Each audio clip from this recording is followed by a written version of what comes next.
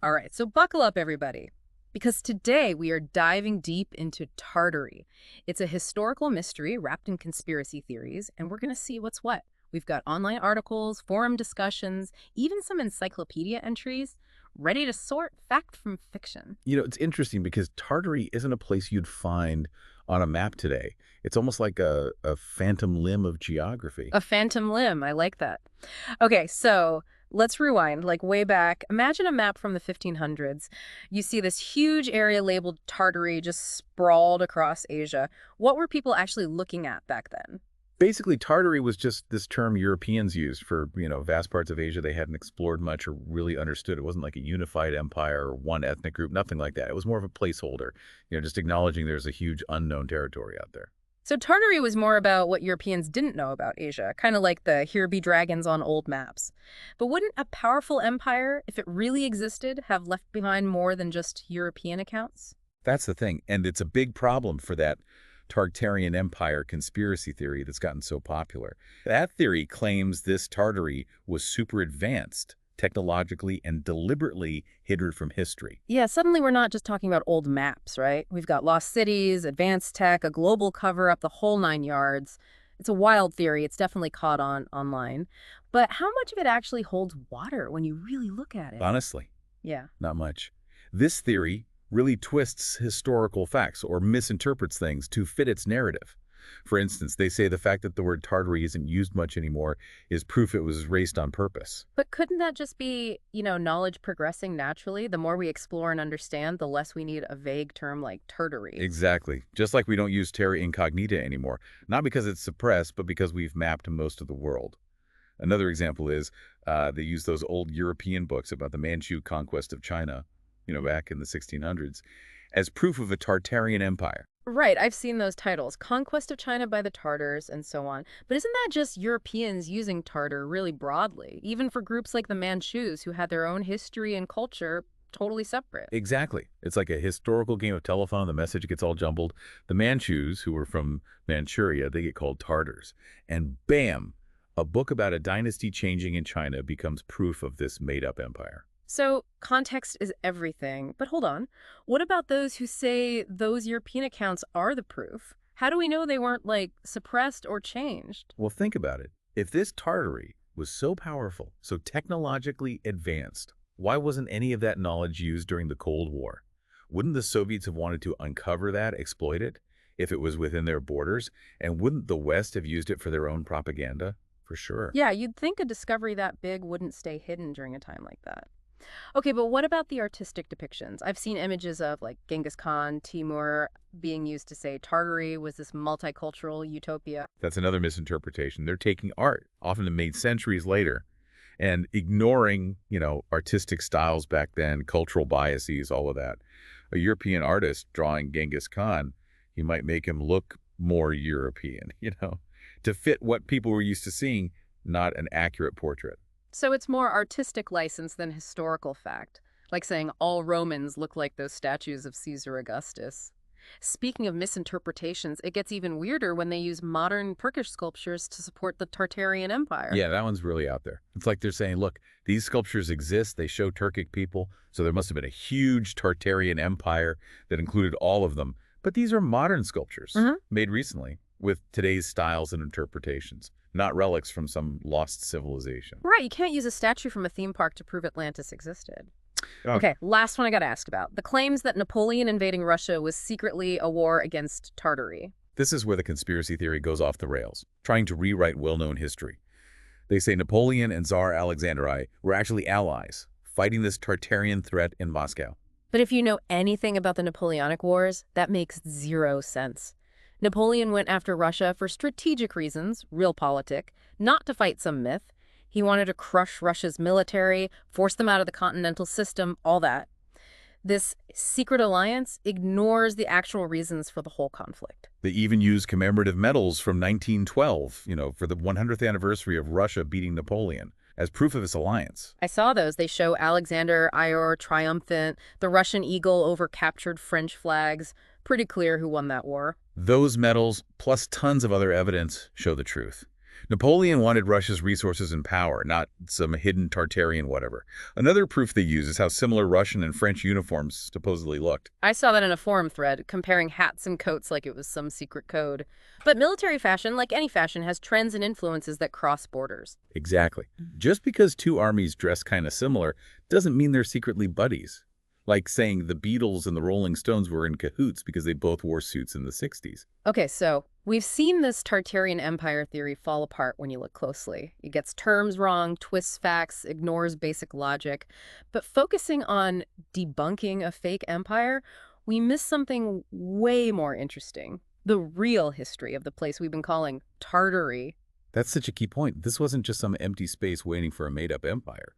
This region, Inner Eurasia, it had its own history, complex and fascinating, full of real empires, amazing people, and tons of different cultures and languages. That's why I love these deep dives. We don't just bust myths. We find the real stories that get overlooked. And that's what we'll do next. Journey into the real heart of Inner Eurasia. Explore the empires, the people who shaped this region. Stay tuned.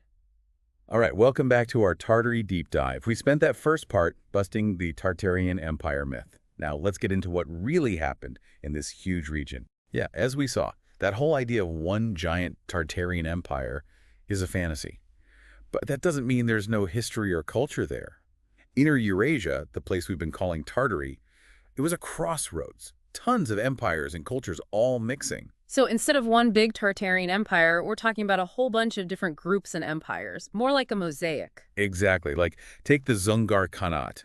This wasn't some little outpost of a made-up empire. These were the Dzungars, a powerful Oirat Mongol group that controlled a lot of Central Asia for over a century. Wow, see, this is what I love about these dives, always learning something new. Gotta admit, hadn't heard of the Dzungar Khanate before. And that's just one example.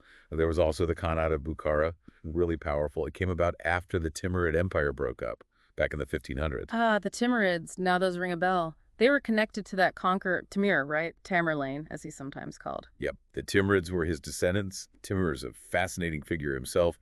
He carved out this huge empire, stretching from Persia all the way to India back in the 1300s. So we're talking about a region with a long history, empires rising and falling, conquering and being conquered. Exactly. And don't forget, these empires weren't just static. They were constantly changing, interacting with each other, shaping the whole cultural landscape of Inner Eurasia. It really puts that Tartary concept into perspective how much it oversimplifies things. So we've got the Timurids, the Dzungars. What else are we looking at here? Well, there's the Crimean Khanate. They came after the Golden Horde. They controlled Crimea, had a big impact on the Black Sea region. Weren't they the ones known for raiding into Eastern Europe? I vaguely remember that from history class. That's right. They were amazing horsemen and warriors. But they were more than just raiders. They were big into trade, diplomacy, the arts, too. So a more sophisticated society than just some barbarian horde, which is how they're often portrayed. It's amazing how these deep dives help us see past those simple narratives. And we're just getting started. There's the Kazakh Khanate, the Nogai Horde, the Kalmyks, each with their own story and culture. Wow, so many names, so much history. It's like peeling back layers of an onion, you know? And let's not forget the individuals who shaped these empires. We talked about Timur, but there are so many others. Yeah, tell me about them. Give me some names, some stories. Okay, well, there's Babur. He was a descendant of both Genghis Khan and Timur. Can you believe it?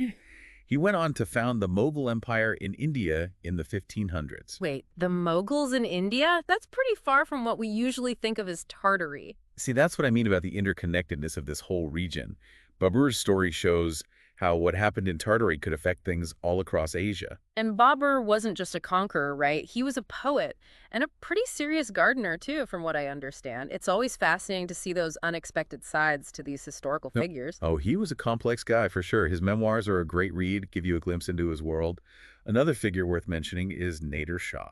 Nader Shah, okay, lay it on me. Who was he? Basically, a military genius, rose to power in Persia during the 1700s. Conquered a ton of territory, including parts of what Europeans called independent Tartary. So he was kind of an empire breaker, taking down the remnants of older empires like the Timurids, building something new. You could say that his rise to power really shifted the balance in the region. It's mind-blowing to think about what he accomplished, conquering Delhi, taking on the Ottomans, and all this happening in a region that gets flattened into that simple Tartarian Empire myth.